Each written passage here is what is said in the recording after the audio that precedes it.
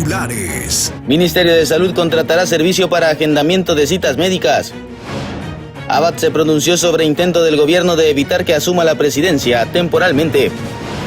Presos de 9 provincias no tienen servicio de alimentación. Familiares realizan donaciones.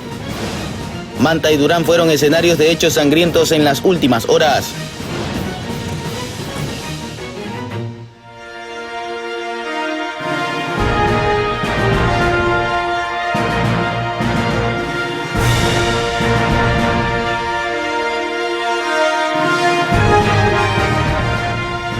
Ecuador, buenas tardes y bienvenidos a esta entrega informativa. El CNE conocerá hoy la actualización del registro electoral y registro electoral pasivo para la publicación y entrega a las organizaciones políticas en el marco de las elecciones previstas para el 9 de febrero de 2025. Acompáñennos, aquí iniciamos.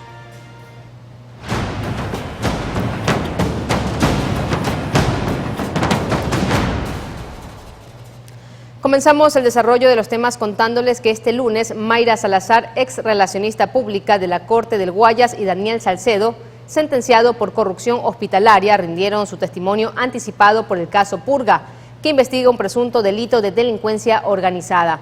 Ambos testigos protegidos llegaron a la Corte Nacional desde horas de la mañana acompañados de un amplio contingente de seguridad.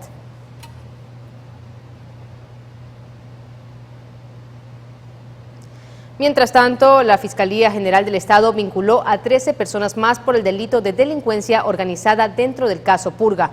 Uno de los vinculados intentó huir del país.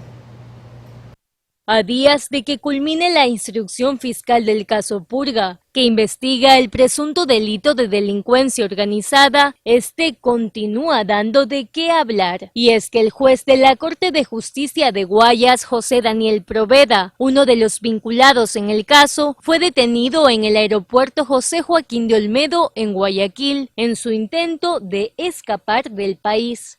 Las autoridades dispusieron su movilización a la Fiscalía de Quito. Proveda consta en la lista de las nuevas 13 personas que Fiscalía vinculará en el caso, donde también aparecen 11 funcionarios judiciales y 2 oficiales del Ejército. La audiencia de vinculación se llevará a cabo este lunes 3 de junio, desde las 17 horas en la Corte Nacional de Justicia. Yanis Andrade, Noticias Oromar. Actualidad nacional.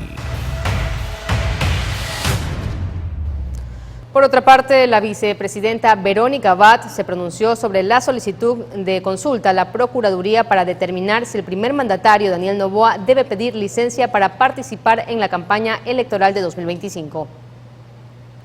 Que se haya explayado de esa forma, en que va a buscar todos los mecanismos que sean posibles para que yo no llegue a la presidencia en el orden natural constitucional, porque no es mi querer, no es que yo quiero por capricho y me aferro, como dice algunos periodistas, con falta de dignidad.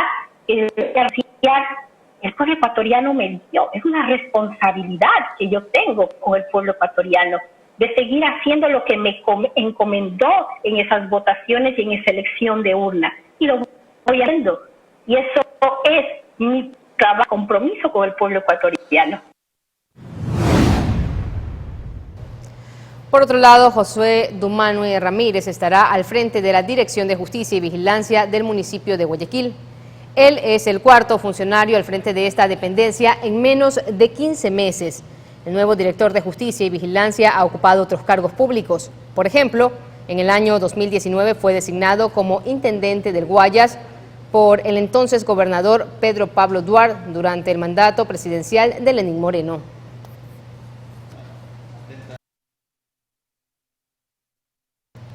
La fase de postulación del concurso para conformar los bancos elegibles de la carrera judicial y jurisdiccional a nivel nacional se cumplirá entre el 3 y 18 de junio.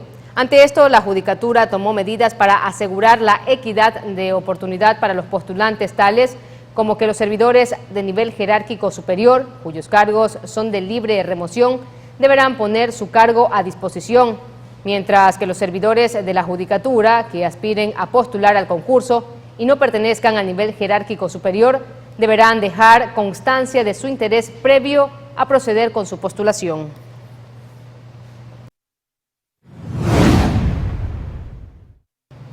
Contarles también que una unidad del metro de Quito fue vandalizada por sujetos enmascarados la noche del domingo 2 de junio. Así lo dio a conocer la empresa pública metropolitana de transporte de la capital. En las imágenes que aparecen en pantalla podemos observar que una parte de la estructura fue grafiteada con letras de colores rojos y amarillo. Pavel Muñoz, alcalde de Quito, se pronunció asegurando que él mismo revisará las cámaras de videovigilancia. Además, dio a conocer que uno de los responsables ya está detectado, ya que al salir se quitó la máscara, por lo que pide a la Fiscalía ayuda para localizarlos. De forma preliminar, se conoce que el tren fue devuelto a la estación en Solanda, donde será reparado. ¿Qué les pasa? O sea, ¿por qué tienen que atentar con una obra que es de todos? Es suya también, es de sus padres, es de sus abuelos que las usan. ¿Qué les pasa? He pedido un reporte y he pedido sobre todo severidad con la empresa que hace la seguridad Metro de Quito. La empresa operadora tiene contratado un servicio de seguridad, así que le pido por favor a la empresa operadora toda la severidad con el equipo de seguridad. No quiero adelantar muchos detalles, pero les digo, es de una audacia ya sin límites, sin límites.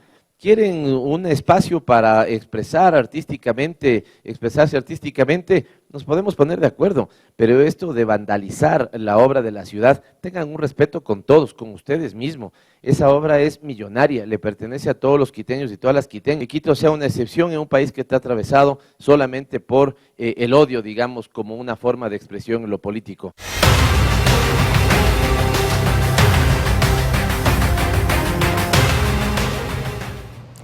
Y mucha atención porque asciende a 3 la cifra de fallecidos por el ataque armado ocurrido en un circo en Manta. Más detalles en la siguiente nota.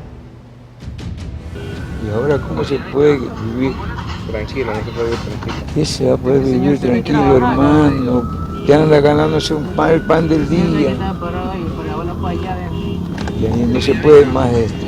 Manta continúa siendo escenario de muertes violentas. A los antisociales ya no les importa si es un lugar para niños. Ellos disparan y sin piedad acaban con la vida de su objetivo. La noche del domingo 2 de junio, Cristian Nieto y su esposa Nicole Burgos fueron asesinados en un circo ubicado en el sector La Poza, en el centro de la ciudad.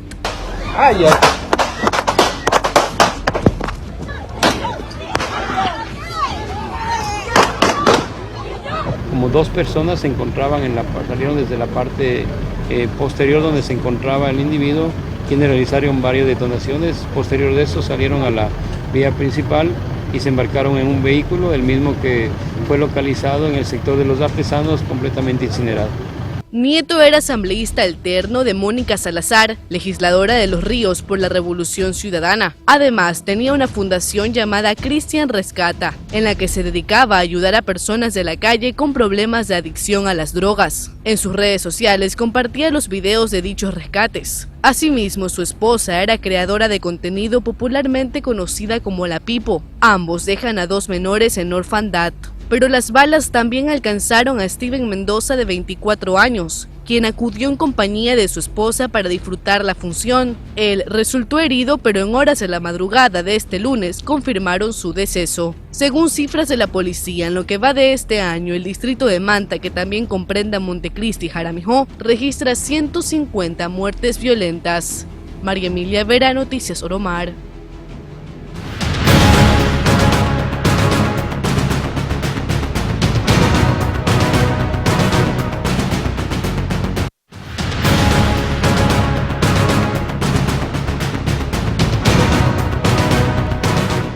Y preste mucha atención porque hace apenas unos minutos el presidente de la República, Daniel Noboa, se pronunció sobre los hechos ocurridos en Manta. En este sentido, anunció que la comandancia de policía se trasladará a esta ciudad. Así como la comandancia de la policía, de que temporalmente su sede será cambiada a Manta, y desde ahí se pelea esta guerra, este conflicto armado interno. Yo en las próximas semanas estaré principalmente en Guayaquil y en Manta, también dando el ejemplo y dándole seguimiento a lo que está pasando y las acciones que van a tomar nuestras fuerzas de orden, así como nuestros ministros. Y ahora pasamos a la provincia del Guayas, y es que una madre y su hija fueron asesinadas a tiros en Durán. En este momento revisamos las incidencias de esta y otras escenas recientes.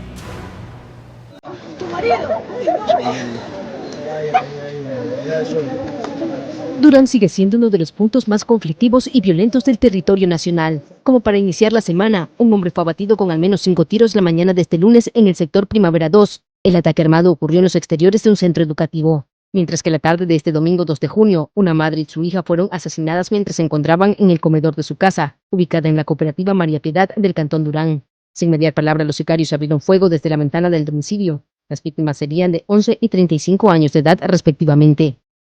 Las féminas perdieron la vida de forma inmediata, pues al parecer, los proyectiles estuvieron dirigidos a la cabeza de ellas. El móvil del doble crimen aún es materia de análisis, pero la jornada violenta no terminó ahí. En horas de la noche, el sector conocido como Derecho de los Pobres fue escenario de un doble crimen. Las víctimas habrían recibido cerca de 6 impactos de bala. A pesar de que moradores del sector intentaron auxiliarlos, los esfuerzos fueron en vano, ya no tenían signos vitales. Muchos de estos casos son catalogados por las autoridades como muertes selectivas. Sin embargo, otras escenas evidencian que Durán es uno de los cantones más violentos, inseguros y conflictivos del país. Tan solo el último viernes 31 de mayo, un adolescente fue asesinado por no dejarse robar la mochila en la cooperativa 28 de agosto. María José Pino Argote, Noticias Oromar.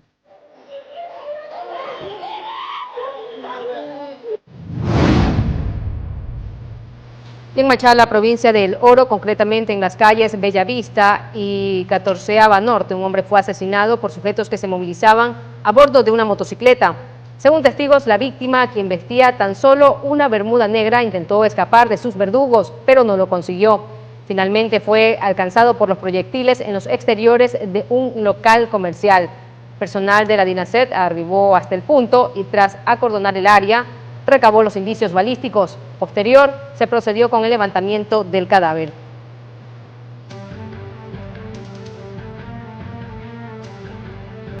Cuatro muertos y 4 heridos fue el resultado de un ataque armado registrado al interior de un local donde funcionaba un billar clandestino en el sector denominado Casa del Tigre en la cooperativa Valerio Estacio Noroeste de Guayaquil.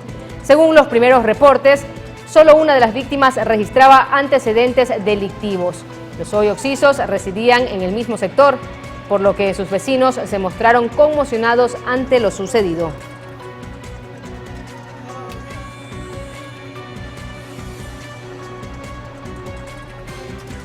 Y en otro tema, un juez anticorrupción dictó prisión preventiva para Julio Alberto Martínez, alias Negro Tulio, cabecilla de la organización criminal Choner Killers y procesado por terrorismo, quien fue deportado desde Panamá el sábado 1 de junio y trasladado a la cárcel de máxima seguridad La Roca en Guayaquil. La Fiscalía también formuló cargos contra su esposa, quien se presume manejaba las cuentas del grupo delictivo y financiaba la compra de armas y explosivos usados en hechos violentos, como los atentados ocurridos en Durán en noviembre de 2022. Además, el Ministerio Público investiga a Negro Tulio por su presunta participación en los asesinatos de los fiscales Leonardo Palacios y César Suárez, ocurridos en 2023 y 2024 respectivamente en Durán y Guayaquil.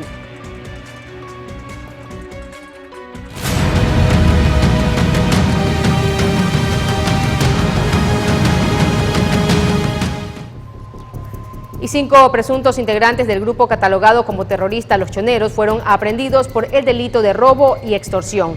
Según indicó la institución del orden por medio de su red social X, entre los sujetos se encuentran 2 menores de edad quienes habrían extorsionado a un ciudadano tras el asalto a mano armada de su automotor, esto en Portoviejo, provincia de Manabí.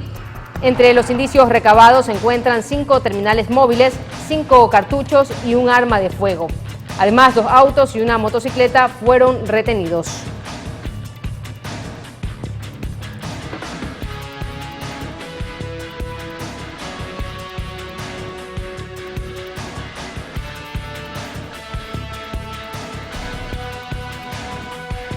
Se armó un operativo avanzando hasta la Perón Quimis. Exactamente en una guardarraya a unos 300 metros se puede visualizar un taxi, de los cuales a unos 20 metros se encontraba un auto blanco que en días anteriores había sido sustraído, de los cuales se encontraban 4 ciudadanos, Al notar nuestra presencia policial, se proceden a una huida inmediata, por lo cual se procede a una persecución ininterrumpida, logrando la neutralización de los 4 ciudadanos. De igual manera, con todos estos antecedentes, se verificó el vehículo, de igual manera correspondía exactamente a un vehículo que fue extraído en días anteriores. Y durante la última semana, agentes policiales y de la FIS ejecutaron varios allanamientos en Manabí, Guayas, Los Ríos, Santa Elena y en el distrito metropolitano de Guayaquil, afectando a los grupos catalogados como terroristas, los lobos y choneros. Revisemos los resultados con César Zapata, comandante de la policía.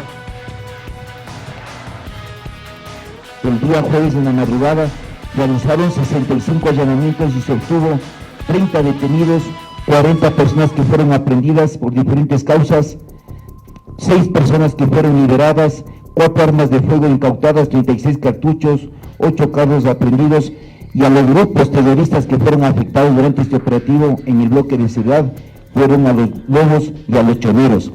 Pero también en esta semana intervino la FIAC, que es la Fuerza de Intervención contra la Lucha contra el Crimen, afectando por favor a 4 organizaciones terroristas que son los lobos, los choneros, tiguerones y águilas. 65 detenidos, es decir, esta gente fue detenida antes que cometan algún tipo de delito. 80 personas aprendidas, 25 armas de fuego, 400 cartuchos, 2043 kilogramos de droga, 20 carros aprendidos, 9 carros recuperados en el distrito metropolitano de Guayaquil, en Guayas, Manabí, Los Ríos, Santa Elena, Esmeraldas y El Oro. Y ahora les damos a conocer que Jordan David Vera, de 20 años de edad, y Ángel Vicente Pico Bailón, de 22 años, fueron 2 hombres capturados por la policía y el equipo de la Unidad Antisecuestros y Extorsión UNACE cuando pretendían recibir $10,000 tras chantajear a un comerciante para no atentar contra su negocio, dándole pocos días para entregar el efectivo. La detención se efectuó en el sector La Aurora de la ciudad de Manta, en la provincia de Manabí.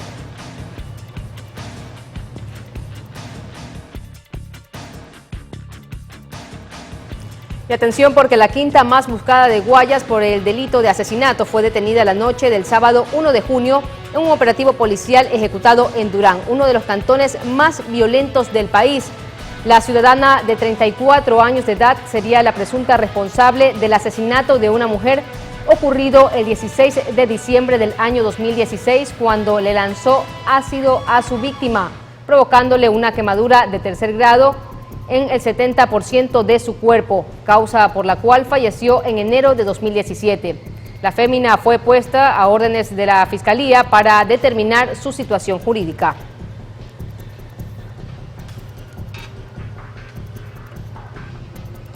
Y tras un allanamiento realizado en Jardines del Salado, al suroeste de Guayaquil, la policía dio con la ubicación de una fábrica clandestina de armas.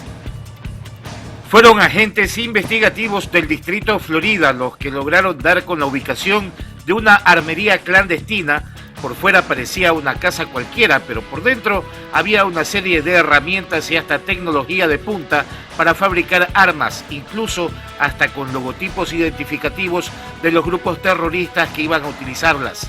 Efectivamente, el día de hoy, en este lugar específico que es en el sector de Jardines del Salado, en el Distrito Florida, nuestras unidades de inteligencia, de investigación con el eje preventivo, con información y conocimiento y con inteligencia básica y con diferentes fuentes de información, llegamos a conocer que en este sitio podría estarse realizando la fabricación de armas de fuego clandestina. Es por eso de que nosotros al ingresar a este domicilio, de acuerdo al decreto ejecutivo que nosotros estamos al momento, se pudo constatar, como ustedes pudieron validar y verificar, algunos instrumentos de armas de fuego que ustedes pueden validar, entre ellos algunas correderas, entre ellos algunos silenciadores también, moldes, ¿sí? Existen también equipos tecnológicos de tercera dimensión, en donde ellos estaban fabricando este tipo de armamento clandestino.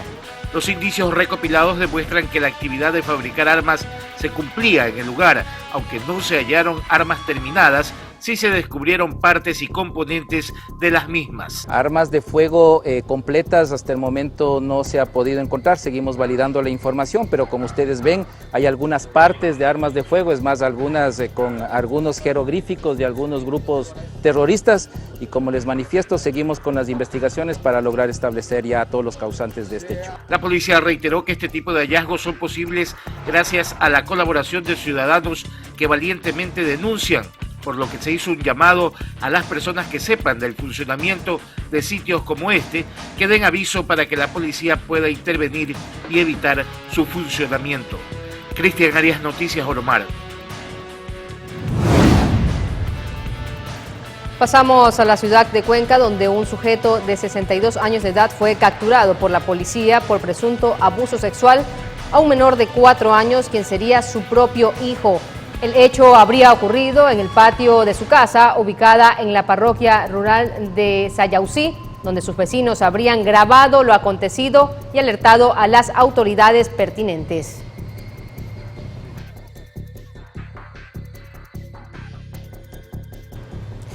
12:21, amigos televidentes, momento de hacer un alto a la información para dar paso a nuestros consejos comerciales. En breve retornamos con más.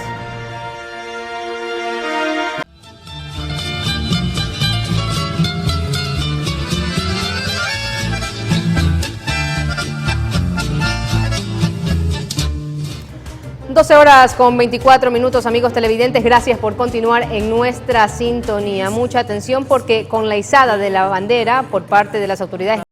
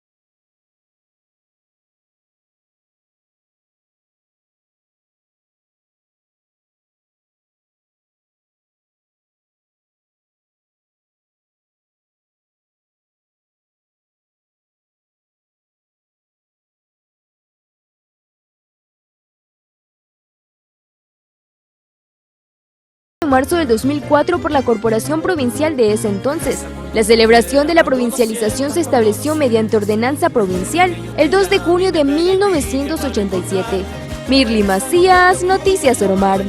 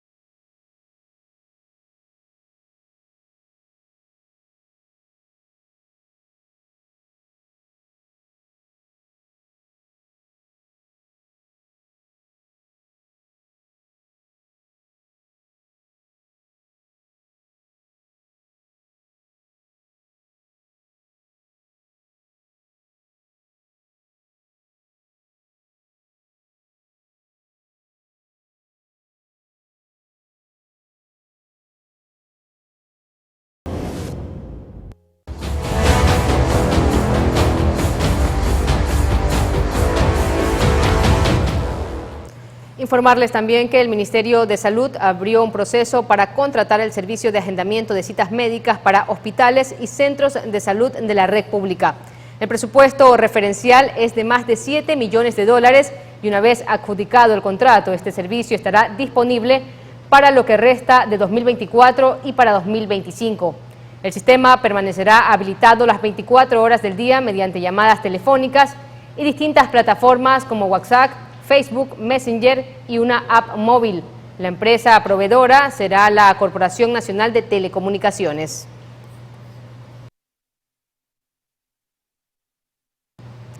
Y la Organización de Países Exportadores de Petróleo y sus aliados prolongará los recortes de la producción de crudo hasta el 31 de diciembre de 2025. Revisemos. Los 22 miembros de la OPEP+ acordaron el domingo prolongar los recortes de la producción de crudo para sostener los precios en un contexto de incertidumbre económica y geopolítica. La alianza está conformada por los 12 miembros de la Organización de Países Exportadores de Petróleo, liderada por Arabia Saudita, y sus 10 aliados, encabezados por Rusia. El grupo prolongará el nivel de producción hasta el 31 de diciembre de 2025. 8 de esos países, Arabia Saudita, Rusia, Irak, Emiratos Árabes Unidos, Kuwait, Kazajistán, Argelia y Omán, prolongarán sus reducciones adicionales de forma voluntaria. Algunas de ellas se extenderán hasta septiembre de 2024 para eliminarse gradualmente hasta septiembre de 2025, y otras reducciones tendrán vigencia hasta finales de ese año, según el Ministerio de Energía saudita. Los recortes que conciernen al conjunto de la alianza ascienden a unos 2 millones de barriles diarios. Si a esto se suman varias series de reducciones voluntarias, la OPEP+ mantiene actualmente bajo tierra 6 millones de barriles diarios. La actual estrategia de reducción de la oferta fue adoptada a finales de 2022 por el histórico cártel para intentar apuntalar los precios. De cara a 2025, la OPEP+ se enfrenta ahora al reto de reabrir los grifos sin inundar el mercado y provocar un desplome de los precios.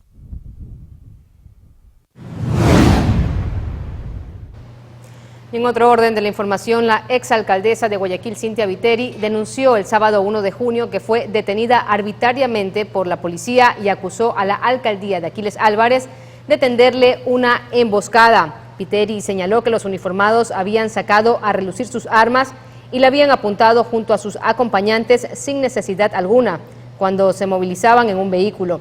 Por su parte, la municipalidad del puerto principal respondió que no se trató de ninguna emboscada, sino de un procedimiento legítimo que fue solicitado por la DINASET y que Segura EP colaboró.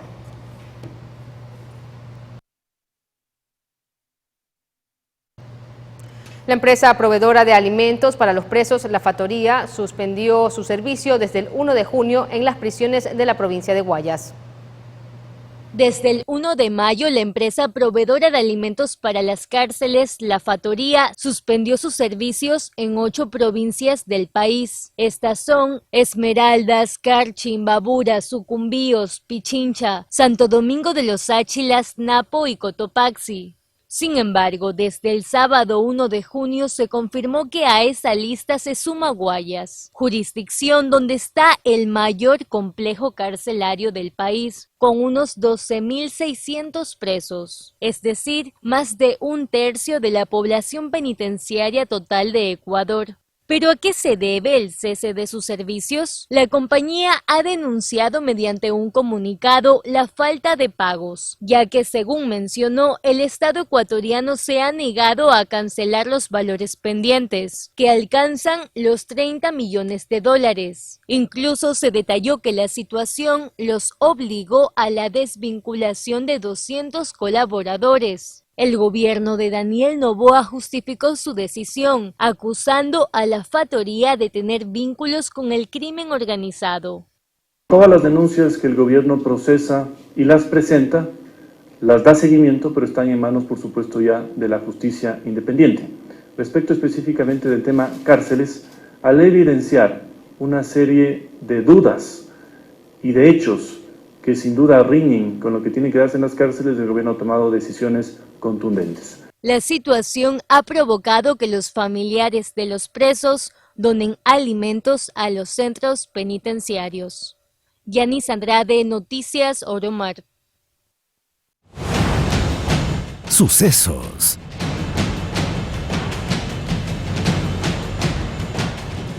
(12:47), amigos en casa. Continuamos informando. En este sentido, contarles que la madrugada de este lunes se registró un trágico incendio dentro de un barco pesquero en el muelle de la Caraguay, en Guayaquil.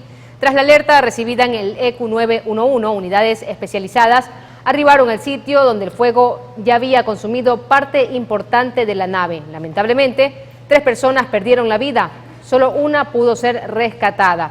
El cuerpo de bomberos emitió en un comunicado indicando que la embarcación contenía en su interior más de 3.000 galones de combustible, por lo que se generó una gran cantidad de humo y temperatura.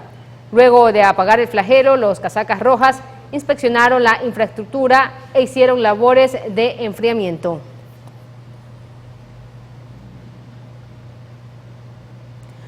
Un hombre y una mujer perdieron la vida cuando la motocicleta en la que viajaban perdió pista y se estrelló contra un poste de alumbrado público. Este hecho ocurrió la madrugada de este domingo cerca del kilómetro 3 de la vía El Carmen Pedernales. Las víctimas fueron identificadas como Jesús Burgos, de 26 años de edad, y Angie Carcelén, de 28. Los fallecidos eran amigos y se encontraban retornando a sus casas. La mujer era madre soltera y deja una niña de tan solo 10 años en la orfandad.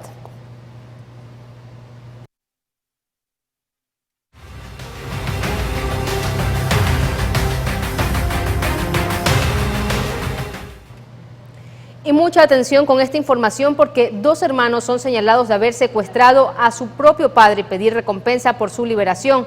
Este hecho ocurrió en el cantón Mocache, provincia de Los Ríos. La policía detuvo a los sospechosos y dieron con un tercer implicado. Además, liberó a la víctima identificada como Víctor Manuel M., quien había sido retenida junto a uno de sus empleados. El incidente ocurrió en su misma casa, según se ha dado a conocer. Además, las investigaciones apuntan a que los victimarios estaban solicitando $10.000 por el rescate de su padre. Uno de los hijos del secuestrado tenía boleta de captura pendiente por delitos cometidos en la provincia de Los Ríos.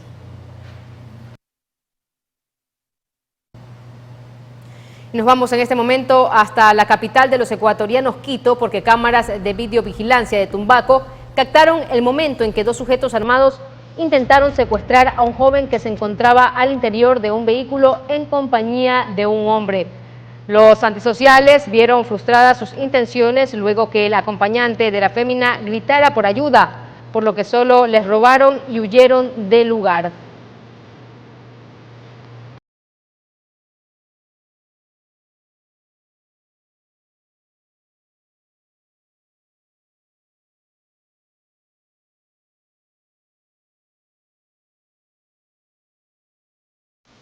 Y en otro punto de la ciudad de Quito, específicamente en el sector de Valle de los Chillos, se registró un caso similar.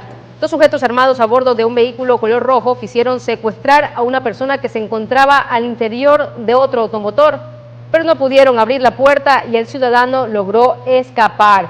El hecho quedó registrado por una cámara de videovigilancia. Ahí está el momento exacto en que se registra este intento de secuestro también en la capital de los ecuatorianos, en Quito. Concretamente se dio este intento de ilícito en el Valle de los Chillos, en Quito. Ahí está el momento exacto en que los antisociales intentan interceptar este vehículo. Sin embargo, lejos de quedarse inmóviles o lejos de inmutarse, las posibles víctimas simplemente emprenden la marcha del vehículo y se retiran del sitio. También ocurrió en Quito.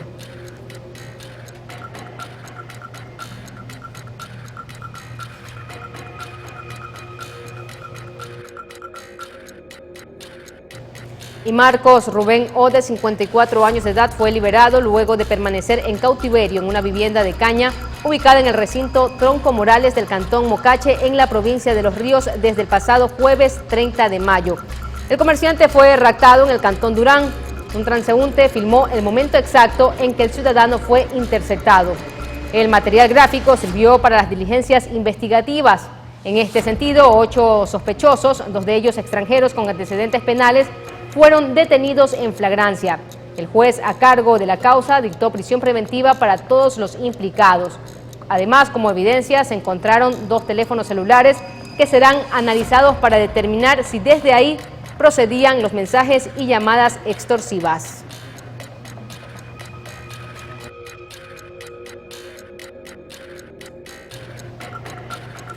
(12:52), momento de irnos a un nuevo corte comercial. En breve regresamos con más.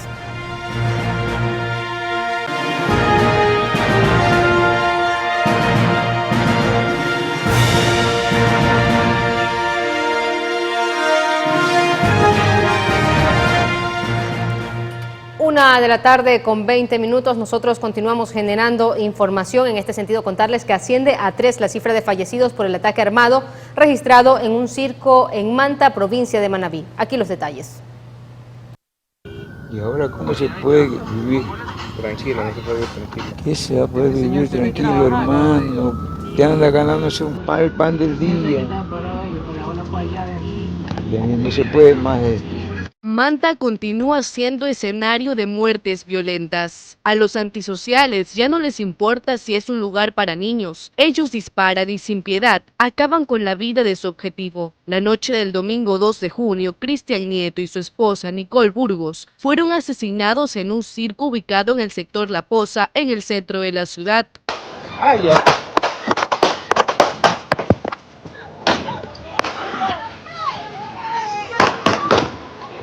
Como 2 personas se encontraban salieron desde la parte posterior donde se encontraba el individuo, quienes realizaron varias detonaciones. Posterior de eso salieron a la vía principal y se embarcaron en un vehículo, el mismo que fue localizado en el sector de Los Apesanos, completamente incinerado.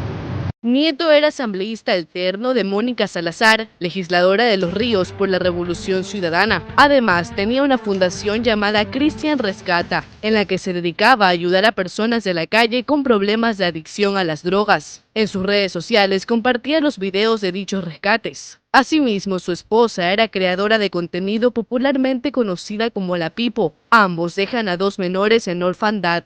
Pero las balas también alcanzaron a Steven Mendoza, de 24 años, quien acudió en compañía de su esposa para disfrutar la función. Él resultó herido, pero en horas de la madrugada de este lunes confirmaron su deceso. Según cifras de la policía, en lo que va de este año, el distrito de Manta, que también comprende a Montecristi y Jaramillo, registra 150 muertes violentas. María Emilia Vera, Noticias Oromar. Y hace apenas unos minutos, el presidente de la República, Daniel Noboa, se pronunció sobre los hechos ocurridos en Manta. En este sentido, anunció que la comandancia de la policía se trasladará a esta ciudad. Escuchemos. Así como la comandancia de la policía de que temporalmente su sede será cambiada a Manta, y desde ahí se pelea esta guerra, este conflicto armado interno. Yo en las próximas semanas estaré principalmente en Guayaquil y en Manta, también dando el ejemplo y dándole seguimiento a lo que está pasando y las acciones que van a tomar nuestras fuerzas de orden, así como nuestros ministros. 22 sacos de yute que en su interior tenían paquetes de cocaína fueron decomisados en una finca de Manabí. Según la policía, el cargamento iba a ser sacado en lanchas rápidas a mercados de Centroamérica y Estados Unidos. Así fue como unidades de la policía, entre esas la de delitos transnacionales, luego de técnicas especiales de levantamiento de información, encontraron 874 paquetes de cocaína enterrados en una finca de la parroquia San Lorenzo en la zona sur de Manta, en Manabí. Ocultas en un terreno justamente en la maleza de esta finca. La operación se denominó Renacer 11 y según la policía la carga estaba distribuida en 22 sacos de yute. Aproximadamente 1 tonelada de sustancia sujeta a fiscalización. Debiendo manifestar que en este lugar se encontraban en varias cabañas improvisadas de caña gadúa en el interior de los matorrales. Esta sustancia pretendía ser trasladada directamente desde las costas de la provincia de Manabí hacia el exterior en lanchas rápidas, en lanchas GoFast, por la ruta marítima que utilizan las organizaciones criminales para el envío de estas sustancias ilícitas a Centroamérica y Estados Unidos. En esta ocasión no hubo detenidos. están investigando a quién pertenece la propiedad y también la droga. Los bloques de sustancias catalogadas sujetas a fiscalización que se encuentran al momento incautadas poseen los siguientes logos: Hermes París, JP, Spiderman, y hay varias que no tienen ningún tipo de logotipo. Los registros de incautaciones en la parroquia de San Lorenzo no son nuevos, pues de acuerdo a la fuerza pública, los grupos de delincuencia organizada aprovechan para encaletar cargamentos en fincas cercanas a la playa y posterior a hacer los envíos a mercados internacionales. Evidencia de aquello: hace 55 días, miembros de antinarcóticos localizaron 2 toneladas de cocaína en caletas subterráneas que pertenecían a 4 organizaciones delictivas distintas. Violín Mendoza, Noticias Román. En el norte de Esmeraldas, la fuerza pública decomisó un semisumergible que podría movilizar entre 7 a 8 toneladas de droga. Miembros de las Fuerzas Armadas ejecutaron una operación en el cantón San Lorenzo, recinto Santa Rosa, y localizaron un semisumergible con 3.000 galones de combustible en su interior, presumiblemente utilizado para el procesamiento de sustancias ilícitas, informó la Armada ecuatoriana. La intervención se realizó en un astillero, ubicado en una zona de manglar el 1 de junio de 2024, y no dejó detenidos.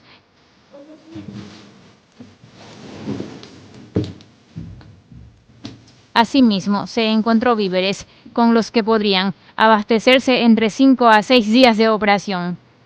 La embarcación tiene 30 metros con motor estacionario y se podría movilizar entre 7 a 8 toneladas de droga. No es la primera vez que incautan semisumergibles en esta u otras provincias, que son utilizados para movilizar droga a Centroamérica y Estados Unidos. Como muestra, en enero pasado, a 32 millas náuticas de Esmeraldas, localizaron uno que transportaba 3,2 toneladas de cocaína. Además, a finales de mayo, fue hallado un sumergible con 3 toneladas de droga en Galápagos. Violín Mendoza, Noticias Román. Sucesos.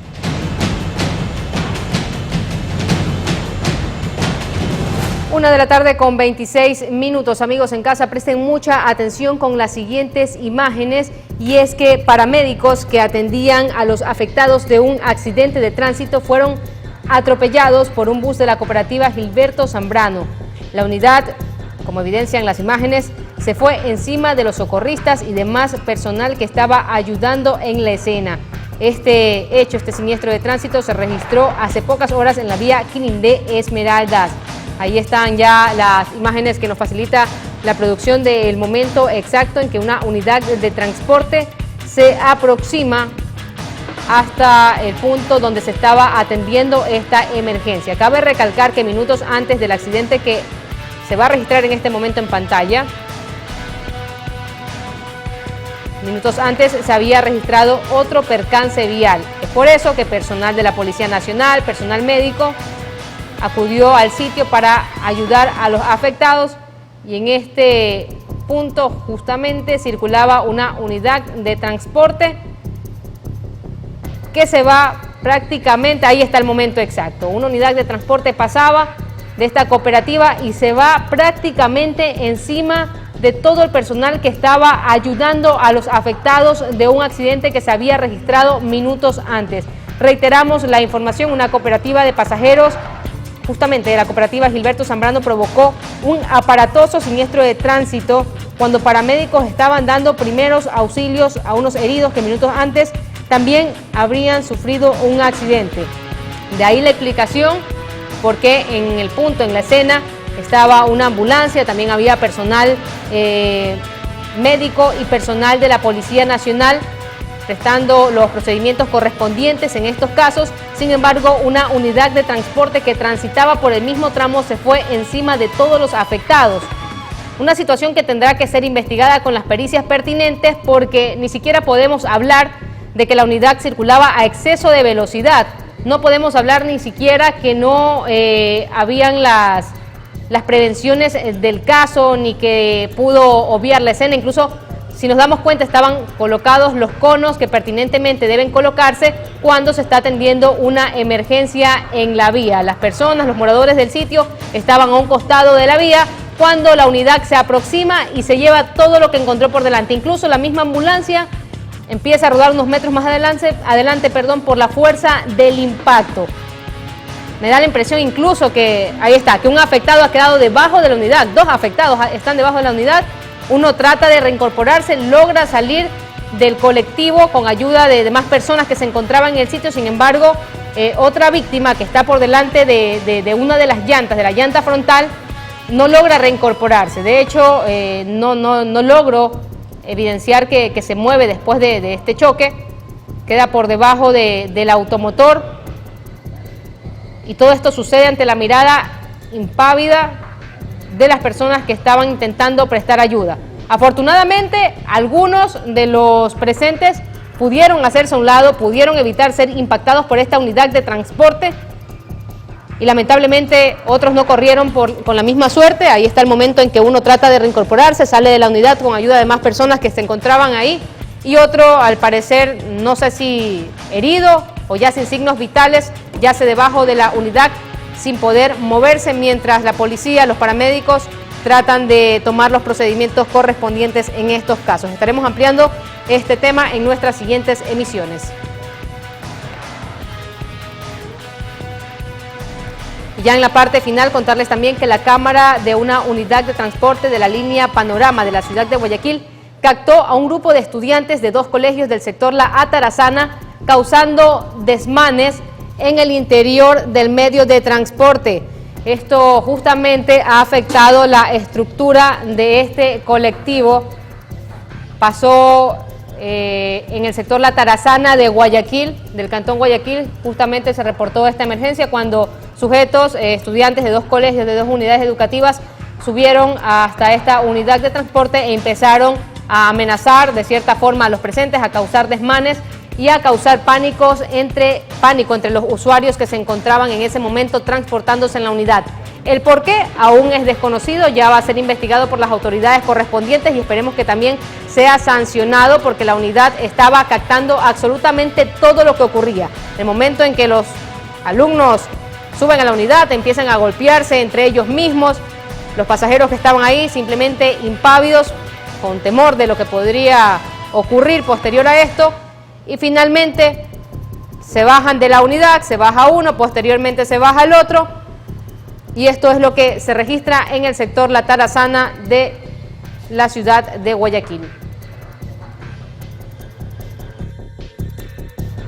Con esto ya nos despedimos, amigos televidentes, ha sido un gusto poderlos acompañar. Pasen bien, excelente tarde.